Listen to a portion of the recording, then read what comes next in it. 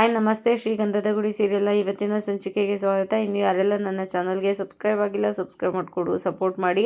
ಹಾಗೆ ಒಂದು ಹೈಪ್ ಬಟನ್ನ ಪ್ರೆಸ್ ಮಾಡಿ. ಹರಿ ನಟರಾಜ್ ಅವ್ರಿಗೆ ಅಲ್ಲ ಒಂದು ಭಾಳ ನಮ್ಮ ಮನೇಲಿ ನಾವೆಲ್ಲ ಎಷ್ಟು ಕಷ್ಟಪಡ್ತಾ ಇದ್ದೀವಿ, ಇದ್ರ ಬಗ್ಗೆ ಒಂಚೂರಾದರೂ ಯೋಚನೆ ಇದೆಯಾ ಅಂತ ಬೈತಾನೆ. ಅದಕ್ಕೆ ಮುದ್ದು, ಹರಿ ಸುಮ್ಮನೆ ಊಟ ಮಾಡೋಕ್ಕಾಗಲ್ವ ನಿನಗೆ, ಊಟ ಮಾಡು, ಎಲ್ಲರೂ ಊಟ ಮಾಡಿ ಅಂತ ಬೈತಾರೆ. ಆಗ ಹರಿ ಒಂದು ತುತ್ತನ್ನ ತಿಂದು ನೋಡಿ, ಆಹಾ ಅಣ್ಣ ನಿನ್ನ ಕೈಯಲ್ಲಿ ಆ ದೇವ್ರು ಏನು ಮ್ಯಾಜಿಕ್ ಇಟ್ಟಿದ್ದಾನೆ ಅಣ್ಣ, ಸಕ್ಕದಾಗಿದೆ, ನೀನು ಯಾವುದೇ ಐಟಮ್ ಮಾಡೋಣ ಸಕ್ಕದಾಗಿರುತ್ತಂತೆ, ಬೊಂಬಾಟ್ ಭೂಷಣ ಅಂತ ಹೇಳ್ತಾನೆ. ಹಾಗೇನೆ ಹೌದೇನಮ್ಮ ಚೆನ್ನಾಗಿದೆಯಾ ಅಂತ ಮುತ್ತು ಚಂದನ ಹತ್ರ ಕೇಳ್ತಾರೆ. ಆಗ ಚಂದನನು ತಿಂದು ನೋಡಿ, ಹೌದಣ್ಣ ಸಕ್ಕದಾಗಿದೆ, ತುಂಬ ಚೆನ್ನಾಗಿದೆ, ನಾವು ಮಾಡಿದರೆ ಇಷ್ಟು ಚೆನ್ನಾಗಿ ಬರ್ತಾ ಇರಲಿಲ್ಲ, ಎಲ್ಲ ಪರ್ಫೆಕ್ಟ್ ಆಗಿದೆ ಅಂತ ಹೇಳ್ತಾಳೆ. ಎಲ್ಲರೂ ಊಟ ಮಾಡ್ತಾ ಇರ್ತಾರೆ. ಆಗ ಹರಿ, ಅಣ್ಣ ನಾನು ಅವಾಗ ಚಿಕ್ಕ ವಯಸ್ಸಿದ್ದಾಗ ಎಣ್ಗಾಯಿ ತರಕ್ಕೆ ಅಂತ ಅಂದ್ಬಿಟ್ಟು ಒಂದು ಉತ್ತರ ಕರ್ನಾಟಕ ಹೋಟೆಲ್ಗೆ ಹೋಗ್ತಾ ಇದ್ದೆ, ನೆನಪಿದೆಯಾ ನಿನಗೆ ಅಂತ ಕೇಳಿದಾಗ ಹಾಂ ಹೌದು ಅಂತ ಮುತ್ತು ಹೇಳ್ತಾರೆ. ಅಲ್ಲೊಬ್ಳು ಹುಡುಗಿ ಇದ್ಲಳ ಅಣ್ಣ ಅಂತ ಹೇಳಿದ್ದಕ್ಕೆ, ಹುಡುಗಿನ ಯಾವ ಹುಡುಗಿನೋ ಅಂತ ಹೇಳಿದಾಗ, ಅದೇ ತೆಳ್ಳಗೆ ಬೆಳ್ಳಗೆ ಒಳ್ಳೆ ಆ್ಯಪಲ್ ಇದ್ದಂಗೆ ಇದ್ಲಲ್ಲ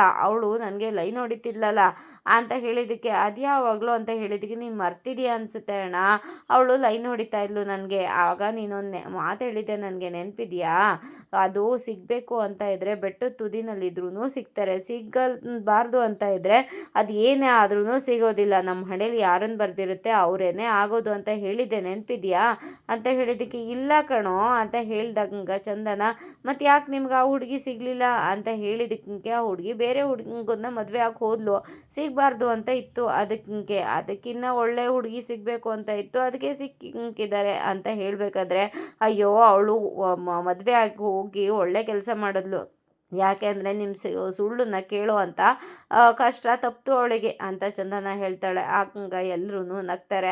ಚಂದನ ಕೈ ತೊಳೆಯೋದಕ್ಕೆ ಅಂತ ಹೋಗ್ತಾಳೆ. ಹರಿನೂ ಹಿಂದೆನೇ ಹೋಗಿ, ನೀವು ಹಾಗೆಲ್ಲ ನನ್ನನ್ನು ಕದ್ದು ನೋಡಬೇಡಿ ಅಂತ ಹೇಳಿದಾಗ, ಯಾಕೆ ಅಂತ ಹೇಳಿದ್ದಕ್ಕೆ, ನಿಮಗೆ ನನ್ನ ಮೇಲೆ ಸಿಕ್ಕಾಪಟ್ಟೆ ಲವ್ ಆಗಿಬಿಟ್ರೆ ಕಷ್ಟ ಅಂತ ಹೇಳಿದಾಗ, ಅಯ್ಯೋ ಆ ಥರ ಎಲ್ಲ ಏನೂ ಇಲ್ಲ, ನಿಮ್ಮ ಕಾಲೇಜ್ ಡೇಸಲ್ಲಿ ಯಾವುದೋ ಹುಡುಗಿ ಲೈನ್ ಹೊಡಿತಾ ಇದ್ಲು ನಿಮಗೆ ಅಂತ ಹೇಳಿದ್ರಲ್ಲ, ಅವಳು ಎಷ್ಟು ದಡ್ಡಿ ಅಂತ ಯೋಚನೆ ಮಾಡಿದೆ, ಅಷ್ಟೇ, ಅಷ್ಟೊಂದೆಲ್ಲ ದೊಡ್ಡ ಸೀನೆಲ್ಲ ಇಲ್ಲ, ತಗೊಳ್ಳಿ ಅಂತ ಹೇಳಿಬಿಟ್ಟು ಚಂಬನ್ನ ಕೊಟ್ಬಿಟ್ಟು ಈ ಕಡೆ ಬರ್ತಾಳೆ. ಹರಿ ಕೈ ತೊಳ್ಕೊಂಡು ಈ ಕಡೆ ಬರ್ತಾನೆ. ಅವರು ಕೋಪ ಮಾಡಿಕೊಂಡು ಸೈಕಲ್ನ ತಗೊಂಡು ತುಳ್ಕೊಂಡು ಬರ್ತಾ ಇರ್ತಾರೆ. ಆ ಕಡೆಯಿಂದ ಬೈಕ್ ಬರ್ತಾ ಇರುತ್ತೆ. ಆ ಬೈಕ್ ವಿರುದ್ಧವಾಗಿ ಇವ್ರೂ ಹೋಗ್ತಾ ಇರ್ತಾರೆ. ಎಲ್ಲಿಗೆ ಅಂತ ನೋಡಿದ್ರೆ ಆ ವ್ಯಕ್ತಿಗೆ ಗುದ್ದೋದಕ್ಕೆ. ಸಡನ್ ಆಗಿ ಆ ವ್ಯಕ್ತಿ ಬ್ರೇಕ್ ಹಾಕ್ತಾರೆ. ನಟರಾಜ್ ಅವರು ಗಾಡಿಯಿಂದ ಇಳಿದು, ನಿನ್ನನ್ನು ಲಾರಿ ತಂದಿದ್ದೀರೆ ಅಪ್ಪಚ್ಚಿ ಮಾಡಿಬಿಡ್ತಿದ್ದೆ, ಸೈಕಲಲ್ಲಿ ತಂದಿದ್ದೀನಿ ಇವತ್ತಂತೂ, ನೀನು ಬಚಾವಾಗಿದೆಯಾ ಅಂತ ಹೇಳಿದ್ದಕ್ಕೆ, ಇದ್ಯಾಕೆ ನಟರಾಜಣ್ಣ ನನ್ನನ್ನು ರೋಡಲ್ಲೇ ತಿಥಿ ಮಾಡೋ ಹಾಗೆ ಕಾಣ್ತಾ ಇದೆಯಾ ಅಂತ ಹೇಳಿದ್ದಕ್ಕೆ, ತಿಥಿ ಮಾಡಿಲ್ವಲ್ಲ ಅದಕ್ಕೆ ಖುಷಿ ಪಡು, ಈ ನೆಕ್ಸ್ಟ್ ಟೈಮ್ ಏನಾದರೂ ಸಿಕ್ಕಿದ್ರೆ ನೀನು ತಿಥಿ ಆಗೋದಂತೂ ಗ್ಯಾರಂಟಿ ಅಂತ ಹೇಳಿದಾಗ, ಅಂಥದ್ದು ನಾನೇನು ಮಾಡಿದೆ ನಟರಾಜಣ್ಣ ಅಂತ ಹೇಳಿದಾಗ, ನಿನ್ನ ಯೋಗ್ಯತೆಗೆ ನನ್ನ ಮಗನಿಗೊಂದು ಹುಡುಗಿ ಹುಡ್ಕೋಕ್ಕಾಗ್ಲಿಲ್ವಲ್ಲೋ ನಿನಗೆ ಅಂತ ಹೇಳಿದಾಗ, ಹಾಗಾದರೆ ನಾನೇನು ತೋರಿಸೇ ಇಲ್ವೋ ಹುಡುಗಿನ ಅಂತ ಹೇಳಿದ್ದಕ್ಕೆ, ತೋರಿಸಿದೀಯಾ ಏನು ಪ್ರಯೋಜನ, ಅದು ನನ್ನ ಮಗ ಒಪ್ಕೊಳ್ಳೋ ಅಂತ ಮುಂತಿನಂತ ಹುಡುಗಿ ಆಗಿರ್ಬೇಕು, ಆಲ್ರೆಡಿ ನನ್ನ ಸೊಸೆ ಅದೆಂಥದ್ದು ಹೇಳ್ತಾರಲ್ಲ ಮ್ಯಾಟ್ರಿಮೋನಲ್ಲೋ ಅದರಲ್ಲಿ ಹುಡುಕ್ತಾ ಇದ್ದಾಳೆ ಗೊತ್ತಾ ಅಂತ ಹೇಳಿದ್ದಕ್ಕೆ, ನೋಡು ನಟರಾಜನ ಅದರಲ್ಲಿ ಬರೀ ಹುಡುಗಿ ಫೋಟೋ ಸಿಗುತ್ತೆ, ಆದರೆ ಹುಡುಗಿ ಜಾತಕ ಎಲ್ಲ ತಿಳ್ಕೊಬೇಕು ಅಂತ ಅಂದರೆ ನಮ್ಮಂಥ ಬ್ರೋಕರ್ಗಳೇ ಬೇಕು ಗೊತ್ತಾ ಅಂತ ಹೇಳಿದ್ದಕ್ಕೆ, ನಿನ್ನಂಥ ಸತ್ತೋಗಿರೋ ಬ್ರೋಕರ್ನ ಇಟ್ಕೊಂಡು ನಾನು ಏನು ಮಾಡಲಿ, ನೆಕ್ಸ್ಟ್ ಟೈಮು ಲಾರಿ ಹತ್ಸೋದಂತೂ ಗ್ಯಾರಂಟಿ, ಹೋಗು ಮನೆಯಲ್ಲಿ ಪಾತ್ರೆ ಉಜ್ಜೋಗು ಅಂತ ಹೇಳ್ದಂಗ, ಅದು ಅವನು ಆ ವಂಶದ ಬಗ್ಗೆ ಹೇಳ್ಕೊತಾನೆ. ಆ ಥರ ಮದುವೆ ಮಾಡಿಸಿದ್ದೀನಿ ಅಂತ ಹೇಳಿದ್ದಕ್ಕೆ, ರಾಜರು ಮನೆತನಕ್ಕೆ ಮದುವೆ ಮಾಡಿಸಿದ್ದೀನಿ ಅಂತ ಹೇಳ್ತೀಯ, ನನ್ನ ಮಗನಿಗೊಂದು ಹುಡುಗಿ ಹುಡ್ಕೋಕ್ಕಾಗ್ಲಿಲ್ವಲ್ಲ ಅಂತ ಬೈತಾನೆ. ಅದಕ್ಕೆ ಅಯ್ಯೋ ನಟರಾಜಣ್ಣ ಇನ್ನೊಂದು ವಾರ ಟೈಮ್ ಕೊಡು, ಅಷ್ಟರೊಳಗಡೆ ನಿನ್ನ ಮಗನಿಗೊಂದು ಒಳ್ಳೆ ಹುಡುಗಿನ ಹುಡುಕೊಂಡು ನಾನು ಬರಲಿಲ್ಲ ಅಂತ ಅಂದರೆ ನನ್ನ ಹೆಸರೇ ಚೇಂಜ್ ಮಾಡ್ಕೊಬಿಡ್ತೀನಿ ಅಂತ ಹೇಳಿದಾಗ, ಅದು ಒಂದು ಹಾಗೆ ಹೋಗಲಿ, ಅದೊಂದು ನೋಡೇ ಬಿಡ್ತೀನಿ, ಆಯ್ತು ನಾನು ಈ ಸಲ ಸೈಕಲ್ ತಂದಿದ್ದೀನಿ, ನೆಕ್ಸ್ಟ್ ಟೈಮ್ ಲಾರಿ ಥರದಂತೂ ಫಿಕ್ಸು, ನೋಡ್ತೀನಿ ಬರಲಾ ಅಂತ ಹೇಳಿಬಿಟ್ಟು ನಟರಾಜ್ ಅವರು ಸೈಕಲ್ ಹತ್ಕೊಂಡು ಹೊರಡ್ತಾರೆ ಅಲ್ಲಿಂದ. ಮಲಗಿರ್ತಾರೆ. ಹರಿ ಮಾತ್ರ ಫೋನ್ ನೋಡ್ತಾ ಇರ್ತಾನೆ. ಸೌಂಡು ಜೋರಾಗೆ ಬರ್ತಾ ಇರುತ್ತೆ. ಅದಕ್ಕೆ ಮಹಿ, ಅಣ್ಣ ನನಗೆ ನಿದ್ದೆ ಬರ್ತಾ ಇದೆ, ಸೌಂಡ್ ಕಮ್ಮಿ ಮಾಡ್ಕೊಳ್ಳೋಣ ಅಂತ ಬೈತಾ ಇರ್ತಾನೆ. ಅಷ್ಟರೊಳಗಡೆ ಮುತ್ತು ಅಲ್ಲಿಗೆ ಬರ್ತಾರೆ.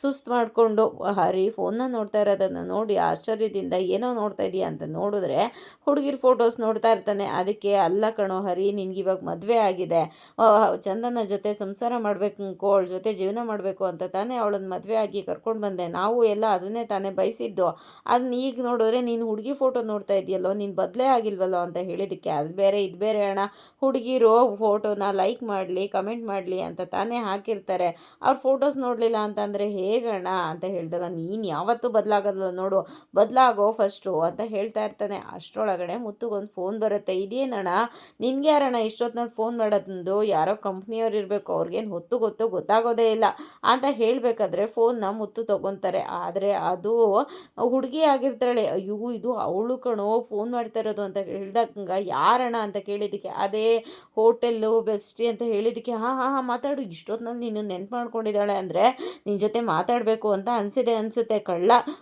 ಮಾತಾಡು ಏನಾರು ರೊಮ್ಯಾಂಟಿಕ್ ಆಗಿ ಅಂತ ಹೇಳಬೇಕಾದ್ರೆ, ನಾನೇನೋ ಮಾತಾಡಲಿ ಅವಳ ಜೊತೆ, ನಾನು ಮಾತಾಡಲ್ಲಪ್ಪ ಅಂತ ಹೇಳ್ತಾರೆ ಮುತ್ತು. ಅದಕ್ಕೆ ಕೊಡೋಣ ಇಲ್ಲಿ ಅಂತ ಅಂದ್ಬಿಟ್ಟು ಫೋನ್ ಇಸ್ಕೊಳ್ಳೋ ಅಷ್ಟರೊಳಗಡೆ ಫೋನ್ ಕಟ್ ಆಗುತ್ತೆ.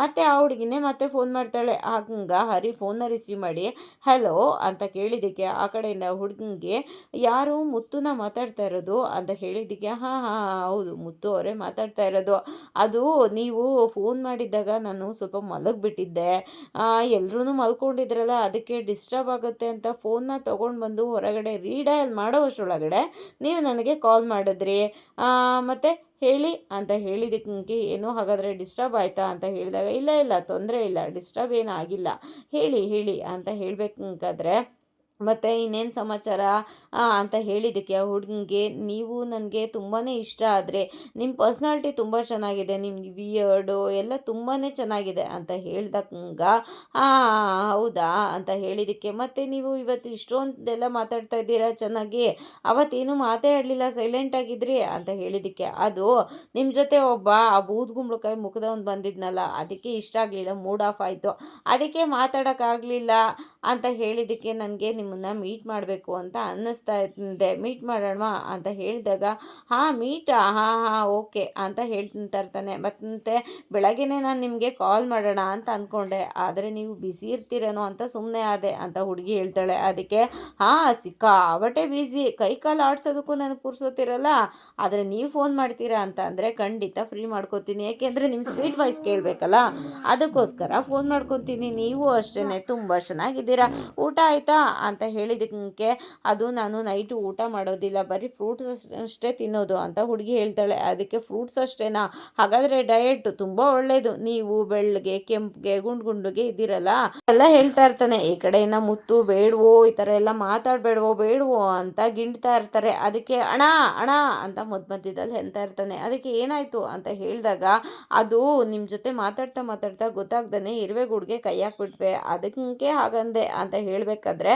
ಮತ್ತೇ ಮುತ್ತು ಈ ಕಡೆಯಿಂದ ತಿವಿತಾನೆ. ಅದಕ್ಕೆ ಅಣ್ಣ ಅಂತ ಹೇಳಿದಾಗ ಎಲ್ಲರೂ ಅಪ್ಪ ಅಂತ ಅಂದರೆ ನೋವಾದಾಗ, ನೀವೇನು ಅಣ್ಣ ಅಂತ ಇದ್ದೀರಲ್ಲ ಅಂತ ಹೇಳಿದ್ದಕ್ಕೆ, ಅದು ನಮ್ಮ ಅಪ್ಪ ಅಣ್ಣವ್ರ ಫ್ಯಾನು, ಅದಕ್ಕೆ ಅಣ್ಣ ಅಂತೀನಿ ಅಂತ ಹೇಳಿದ್ದಕ್ಕೆ, ಓ ನೈಸ್, ಹಾಗಾದರೆ ನಿಮ್ಮ ಅಪ್ಪ ಏನು ಮಾಡ್ಕೊಂಡಿರೋದು ಅಂತ ಹೇಳಿದಾಗ, ನಮ್ಮಪ್ಪ ಇವಾಗ ತಾನೇ ಮಿಲ್ಟ್ರಿ ರಿಟೈರ್ಮೆಂಟ್ ಆಗಿದೆ, ಮನೆಯಲ್ಲಿದ್ದಾರೆ, ಬೇಜಾನ್ ಮಾಡಿಟ್ಟಿದ್ದಾರೆ, ತಿಂದ್ರೂ ಕರಗದೆ ಇರೋವಷ್ಟು ಆಸ್ತಿ ಮಾಡಿಟ್ಟಿದ್ದಾರೆ ಅಂತ ಹೇಳಿದಾಗ, ಓ ನೈಸ್, ಹಾಗಾದರೆ ನಾನು ಅವ್ರನ್ನ ಮೀಟ್ ಮಾಡಬೇಕು ಅಂತ ಹೇಳಿದಾಗ, ಮೀಟ್ ಮಾಡಿದ್ರೆ ಗೊತ್ತಾಗುತ್ತೆ ಅವ್ರು ಎಷ್ಟು ಗ್ರೇಟ್ ಪರ್ಸ್ನಾಲಿಟಿ ಅಂತ ನಿಮಗೇನೆ ಅರ್ಥ ಆಗುತ್ತೆ ಅಂತ ಹೇಳಬೇಕಾದ್ರೆ, ಹಾಗಾದರೆ ನಾನು ನಿಮ್ಮನ್ನು ಮೀಟ್ ಮಾಡಬೇಕು ಅನ್ನಿಸ್ತಾ ಇದೆ, ಮೀಟ್ ಮಾಡೋಣ ಅಂತ ಹುಡುಗಿ ಕೇಳ್ತಾಳೆ. ಅದಕ್ಕೆ ಮೀಟ್ ಮಾಡೋಣ ಹೇಳಿ ಅಂತ ಹೇಳಿದಾಗ, ಅದೇ ಅವತ್ತು ಕಾಫಿ ಶಾಪ್ ಹೇಳಿದ್ರಲ್ಲ, ಆ ಕಾಫಿ ಶಾಪೇ ಓಕೆನಾ ಅಂತ ಹುಡುಗಿ ಕೇಳ್ತಿರ್ತಾಳೆ. ಅಷ್ಟರೊಳಗಡೆ ಮುತ್ತು ಫೋನ್ನ ಕಿತ್ಕೊಂಡು ಕಟ್ ಮಾಡಿಬಿಡ್ತಾರೆ.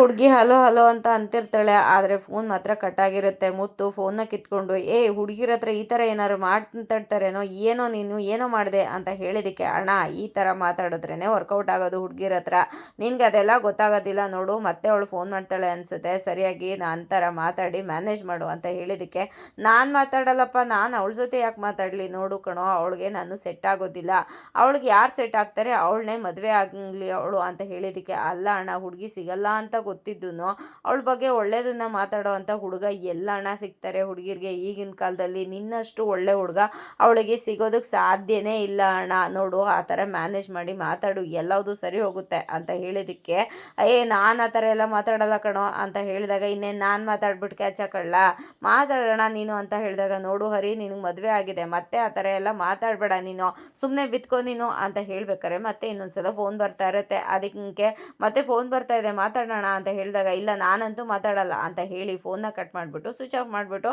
ಮಲ್ಕೊಳ್ಳೋ ನೀನು ಅಂತ ಹೇಳಿ ಹೋಗಿ ಮುತ್ತುನು ಮಲ್ಕೊತಾರೆ. ಟೇಬಲ್ ಮೇಲೆ ಕೂತಿರ್ತಾನೆ. ಅಲ್ಲಿಗೆ ದಿವ್ಯ ಬಂದು, ರೀ ಟೀ ಏನಾದರೂ ಬೇಕಾ ಅಂತ ಕೇಳಿದ್ದಕ್ಕೆ ಬೇಡ ಥ್ಯಾಂಕ್ಸ್ ಅಂತ ಹೇಳ್ತಾರೆ. ಸರಿ ರೀ ಆಯಿತು ಅಂತ ಹೇಳಿಬಿಟ್ಟು ದಿವ್ಯ ಟೇಬಲ್ ಹತ್ರ ಬಂದು ಚಂದನಗೆ ಫೋನ್ ಮಾಡೋಕೆ ಹೋಗ್ತಾಳೆ. ಆದರೆ ಫೋನ್ ಸ್ವಿಚ್ ಆಫ್ ಆಗುತ್ತೆ. ಅಯ್ಯೋ ಛೇ, ಇದು ಇವಾಗಲೇ ಸ್ವಿಚ್ ಆಫ್ ಆಗಬೇಕಾ ಅಂತ ಹೇಳಿ ನಂಬರ್ನ ಒಂದು ಪೇಪರಲ್ಲಿ ಬರಿತಾ ಇರ್ತಾಳೆ. ಆಗ ದಾಸ್ ಅದನ್ನು ದೂರದಿಂದನೇ ಗಮನಿಸ್ತಾರೆ. ಅವಳೇನೋ ಬರಿತಾ ಇರೋದನ್ನ ನೋಡಿ ಹತ್ತಿರ ಬಂದು, ದಿವ್ಯಾ ಏನು ಮಾಡ್ತಾ ಇದೆಯಾ ಅಂತ ಕೇಳಿದ್ದಕ್ಕೆ, ಅದು ರೀ ಟೇಬಲ್ಲು ಧೂಳಾಗಿತ್ತಲ್ಲ ಅದು ಒರೆಸ್ತಾ ಇದ್ದೆ ಅಂತ ಹೇಳಿದಾಗ, ಸರಿ ಆಯಿತು ಒಳ್ಳೆಯದು ಒರೆಸು ಅಂತ ಹೇಳಿ ದಾಸ್ ಅಲ್ಲಿಂದ ಹೋಗ್ತಾರೆ. ಆಗ ದಿವ್ಯಾ ಅದು ನಂಬರ್ನ ಕೆಳಗಡೆ ಟೇಬಲ್ ಒಳಗಡೆ ಹಾಕ್ಬಿಟ್ಟು ಈ ಕಡೆ ಬಂದುಬಿಡ್ತಾಳೆ. ಮತ್ತು ದಾಸ್ ಅಲ್ಲಿಗೆ ಹೋಗಿ ಚೆಕ್ ಮಾಡಿದಾಗ ಏನೂ ಸಿಗೋದಿಲ್ಲ. ಮತ್ತು ಟೇಬಲಲ್ಲಿ ಚೆಕ್ ಮಾಡಿದ್ದಕ್ಕೆ ಪೇಪರ್ ಸಿಗುತ್ತೆ. ಓ ಹಳೇದೆಲ್ಲ ನೆನಪಾಗತ್ತಂತೆ. ಇಲ್ಲ ರೀ ಅದು ಅನ್ಯೂನ್ ನಂಬರ್ ಅಂತ ರಿಸೀವ್ ಮಾಡಿದ್ದು, ಇವತ್ತೇ ಫೋನ್ ಬಂದಿದ್ದು ಅಂತ ಹೇಳಿದಾಗ, ನೋಡು ಇವತ್ತಿಂದ ಅವಳ ಜೊತೆ ನೀನು ಮಾತಾಡೋ ಹಾಗಿಲ್ಲ, ಇವತ್ತಿಂದ ಫೋನ್ ಎಲ್ಲ ನನಗೆ ಗೊತ್ತಿಲ್ಲದೇ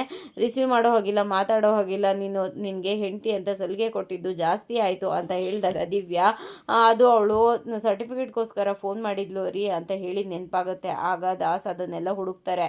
ಓ ನನಗೇನೆ ಈ ದಾಸ್ಗೆ ಜಾಮೂನ್ ತಿನ್ಸೋಕೆ ಟ್ರೈ ಮಾಡ್ತೀರಾ, ಮಾಡ್ತೀನಿ ನಿಮಗೆ ಅಂತ ಹೇಳಿಬಿಟ್ಟು ನಂಬರ್ನೋ ಏನೋ ಪೇಪರಲ್ಲಿ ಬರೆದು ಅದನ್ನು ಚೇಂಜ್ ಮಾಡಿ, ನೋಡಿ ಅವಳಿಗೆ ನೀನು ಆಧಾರ್ ನಂಬರ್ ಕಳ್ಸೋಕೆ ಹೋಗ್ತೀಯಾ, ನೋಡು ನಿನಗೆ ಇಡ್ತೀನಿ ಬಾಂಬ್ ಅಂತ ಹೇಳಿಬಿಟ್ಟು ಅದನ್ನು ಚೇಂಜ್ ಮಾಡ್ತಾರೆ. ಈ ಚಂದನಾಗಿ ಯಾವ ಥರ ಪ್ರಪೋಸ್ ಮಾಡಲಿ, ಯಾವ ಥರ ಇಂಪ್ರೆಸ್ ಮಾಡಲಿ ಅವ್ರಿಗೆ ಅಂತ ಥಿಂಕ್ ಮಾಡ್ತಾ ಏನೋ ನೋಟ್ ಮಾಡ್ತಾ ಇರ್ತಾನೆ. ತಾಜ್ ಮಹಲ್ಗೆ ಕರ್ಕೊಂಡೋಗಿ ಪ್ರಪೋಸ್ ಮಾಡಲಾ ಅಥವಾ ಊಟಿಗೆ ಕರ್ಕೊಂಡೋಗಿ ಪ್ರಪೋಸ್ ಮಾಡಲಾ, ಏನು ಮಾಡಲಿ ಅಂತ ಹೇಳಿಬಿಟ್ಟು, ಅಯ್ಯೋ ಟ್ರಿಪ್ಪೆಲ್ಲ ಹೋಗೋಕ್ಕಾಗಲ್ಲ ಇವಾಗ, ವೇಸ್ಟ್ ಆಗುತ್ತೆ, ಅಷ್ಟೊಂದೆಲ್ಲ ಮನಿ ಇಲ್ಲ, ಇಲ್ಲೇ ಪ್ರಪೋಸ್ ಮಾಡಿದ್ರೆ ಹೇಗೆ, ಒಂದು ಡೈಮಂಡ್ ರಿಂಗ್ ಕೊಟ್ಟು ಮಂಡಿ ಊರಿ ಪ್ರಪೋಸ್ ಮಾಡಿದ್ರೆ ಖಂಡಿತ ಅವರು ನನ್ನನ್ನು ಬೇಡ ಅಂತ ರಿಜೆಕ್ಟ್ ಮಾಡೋ ಚಾನ್ಸೇ ಇಲ್ಲ, ಒಪ್ಕೊತಾರೆ ಅಂತ ಯೋಚನೆ ಮಾಡ್ತಿರ್ತಾನೆ. ಸಡನ್ನಾಗಿ ಈ ಕಡೆ ಹರಿಯ ಮನಸ್ಸು ಹೊರಗಡೆ ಬಂದು ಕೂತ್ಕೊಂಡು, ಅಯ್ಯೋ ತಾಜ್ ಮಹಲಲ್ಲಿ ಟಿಕೆಟ್ ತೊಗೊಳಕ್ಕೆ ನಿನ್ನ ಹತ್ರ ಕಾಸಿಲ್ಲ, ಇನ್ನು ಡೈಮಂಡ್ ರಿಂಗ್ ಬೇರೆ ಕೊಡ್ತೀಯ ನೀನು ಅಂತ ಹೇಳಿದಾಗ ಹರಿಗೆ ಹೌದಲ್ವಾ ಅಂತ ಅನಿಸುತ್ತೆ. ಅಯ್ಯಯ್ಯೋ ನನ್ನ ಲೈಫೇನೆ ಪ್ಯಾಚ್ ಹಾಕಿರೋ ಅಂತಹ ಟೈರ್ ಥರ ಆಗಿದೆ, ಇನ್ನು ಈ ಪ್ರಪೋಸ್ ಎಲ್ಲ ಬೇಕಾ, ಇದೆಲ್ಲ ವರ್ಕೌಟ್ ಆಗಲ್ಲ, ಮನೇಲಿರೋರಿಗೆ ಪ್ರಪೋಸ್ ಮಾಡೋದಕ್ಕೆ ಇಷ್ಟೆಲ್ಲ ವೇಸ್ಟ್ ಮಾಡಬೇಕಾ ನಾನು, ಖಂಡಿತ ಆಗಲ್ಲ, ಬೇಡ ಇದೆಲ್ಲ ಕ್ಯಾನ್ಸಲ್ ಅಂತ ಹೇಳಿಬಿಟ್ಟು ಆ ಪೇಪರ್ ಎಲ್ಲ ಹರಿದು ಆ ಕಡೆ ಎಸಿತಾನೆ. ಹರಿದು ಆ ಕಡೆ ಎಸ್ದ್ಮೇಲೆ ಅವನಿಗೊಂದು ಐಡಿಯಾ ಬರುತ್ತೆ, ಇದನ್ನೇ ನಾನು ಬಂಡವಾಳವಾಗಿ ಬಳಸ್ಕೋಬೋದಲ್ಲ ಅಂತ ಇರ್ತಾನೆ. ಹಾಗೆ ದಿವ್ಯಾ ಫೋನ್ಗೆ ಚಾರ್ಜನ್ನ ಹಾಕ್ಕೊಂಡು ಬಂದು ಪೇಪರ್ನ ತೆಗೆದು ವಾಯ್ಸ್ ನೋಟ್ನ ಕಳಿಸ್ತಾಳೆ ಚಂದನಗೆ. ನೋಡು ಚಂದನ, ಇವಾಗ ನಾನು ನಿನಗೆ ಫೋನ್ ಮಾಡೋದಕ್ಕಾಗೋದಿಲ್ಲ, ನಿಮ್ಮ ಅಣ್ಣ ಇಲ್ಲೇ ಇದ್ದಾರೆ, ನಾನು ನಿನಗೆ ಆಧಾರ್ ನಂಬರ್ನ ಕಳಿಸಿದ್ದೀನಿ, ಆ ನಂಬರ್ನ ತೊಗೊಂಡು ಹೋಗಿ ನೀನು ಆಧಾರ್ ಕಾರ್ಡ್ ಪ್ರಿಂಟನ್ನ ತಗೋ ಅಂತ ಹೇಳ್ತಾರೆ. ಆಗ ಈ ಕಡೆಯಿಂದ ಚಂದನ ಅದನ್ನು ಕೇಳಿಸ್ಕೊಂಡು ತುಂಬಾ ಖುಷಿಯಿಂದ ಥ್ಯಾಂಕ್ ಯು ಸೋ ಮಚ್, ಅದಕ್ಕೆ ಈ ಉಪಕಾರನ ನಾನು ಯಾವತ್ತೂ ಮರೆಯೋದಿಲ್ಲ, ಇನ್ನು ನನಗೆ ಯಾವುದೇ ರೀತಿ ಭಯ ಇಲ್ಲ, ನನಗೆ ಕೆಲಸ ಸಿಕ್ಕೇ ಸಿಗುತ್ತೆ, ಥ್ಯಾಂಕ್ ಯು ಸೋ ಮಚ್ ಅದಕ್ಕೆ ಅಂತ ವಾಯ್ಸ್ ನೋಟ್ನ ಕಳಿಸ್ತಾಳೆ. ಈ ಚಂದನನ ಇಂಪ್ರೆಸ್ ಮಾಡಬೇಕು ಅಂತ ಹೇಳಿ ಅಲ್ಲಿ ಬಿದ್ದಿದ್ದ ಕಸ ಎಲ್ಲ ಗುಡಿಸ್ಬೇಕು ಅಂತ ಒಂದು ಪೊರ್ಕೆನ ತೊಗೊಂಡು ಬಂದು ಗುಡಿಸ್ಕೊತಾ ಇರ್ತಾನೆ. ಆದರೆ ಚಂದನ ಮಾತ್ರ ಹೊರಗಡೆ ಬರೋದಿಲ್ಲ. ಅಯ್ಯೋ ಇವ್ರು ಇನ್ನೂ ಒಳಗೆ ಕೂತಿದ್ದಾರಲ್ಲಪ್ಪ, ಇದನ್ನು ನೋಡಿದರೆ ಅವ್ರು ಇಂಪ್ರೆಸ್ ಆಗ್ತಾಯಿದ್ರು ಅಂತ ಯೋಚನೆ ಮಾಡ್ತಿರ್ತಾನೆ. ಅಷ್ಟರೊಳಗಡೆ ಚಂದನ ಹೊರಗಡೆ ಬರ್ತಾರಲ್ಲ, ಏನು ಮಾಡ್ತಾ ಇದ್ದೀರಾ ಅಂತ ಹೇಳಿದಾಗ, ಅಯ್ಯಯ್ಯೋ ನಿಧಾನ ಸ್ಲೋ ಆಗಿ ಬನ್ನಿ, ಜಾರ್ಗೀರ್ ಬಿದ್ದುಬಿಟ್ಟಿರಾ, ನೀವು ಹೆಣ್ಮಕ್ಳು ಮನೇಲಿರೋರು ಎಷ್ಟೆಲ್ಲ ಕಷ್ಟಪಡ್ತೀರಾ, ಎಷ್ಟೊಂದು ಕೆಲಸ ಇರುತ್ತಂತೆ, ಅದು ನಮಗೂ ಅರ್ಥ ಆಗುತ್ತೆ ಮೇಡಮ್, ಅದಕ್ಕೋಸ್ಕರ ನಾನು ನಿಮಗೆ ಹೆಲ್ಪ್ ಮಾಡೋಣ ಅಂತ ಕೆಲಸ ಮಾಡ್ತಾ ಇದ್ದೀನಿ, ಕಸ ಗುಡಿಸ್ತಾ ಇದ್ದೀನಿ ಅಂತ ಹೇಳಿದಾಗ, ಓ ಒಳ್ಳೇದು ಅಂತ ಚಂದನ ಹೇಳ್ತಾಳೆ. ಹಾಗೆ ಏನು ಬಂದಿದ್ದು ಅಂತ ಕೇಳಿದಾಗ, ನಿಮ್ಗೊಂದು ವಿಷಯ ಹೇಳಬೇಕಿತ್ತು ನಾನು ಅಂತ ಹೇಳಿದ್ದಕ್ಕೆ, ನನಗೆ ಖುಷಿ ಆಗುತ್ತೆ ಅಂದರೆ ಒಳ್ಳೆ ವಿಷಯನೇ ಇರುತ್ತೆ, ಹೇಳಿ ಅಂತ ಹೇಳಿದಾಗ, ಆಧಾರ್ ನಂಬರ್ ಸಿಕ್ತು ಅಂತ ಹೇಳ್ತಾಳೆ ಚಂದನ. ಹರಿಗೆ ಒಂದು ಕ್ಷಣ ಶಾಕ್ ಆಗುತ್ತೆ. ಇದಾಗಿತ್ತು ಇವತ್ತಿನ ಸಂಚಿಕೆ. ಈ ಸಂಚಿಕೆ ಇಷ್ಟ ಆಗಿದ್ರೆ ಒಂದು ಲೈಕ್ ಕೊಟ್ಟು ಶೇರ್ ಮಾಡಿ, ಕಮೆಂಟ್ ಬಾಕ್ಸಲ್ಲಿ ಕಮೆಂಟ್ ಮಾಡಿ ತಿಳಿಸಿ ಹೇಗಾಗಿತ್ತು ಇವತ್ತಿನ ಸಂಚಿಕೆ ಅಂತ. ನಾಳಿನ ಸಂಚಿಕೆಯಲ್ಲಿ ಸಿಗೋಣ. Take care, bye, thank you. ಹಾಗೆ ಒಂದು ಹೈಪ್ ಬಟನ್ನ ಪ್ರೆಸ್ ಮಾಡೋದನ್ನು ಮಾತ್ರ ಮರಿಬೇಡಿ.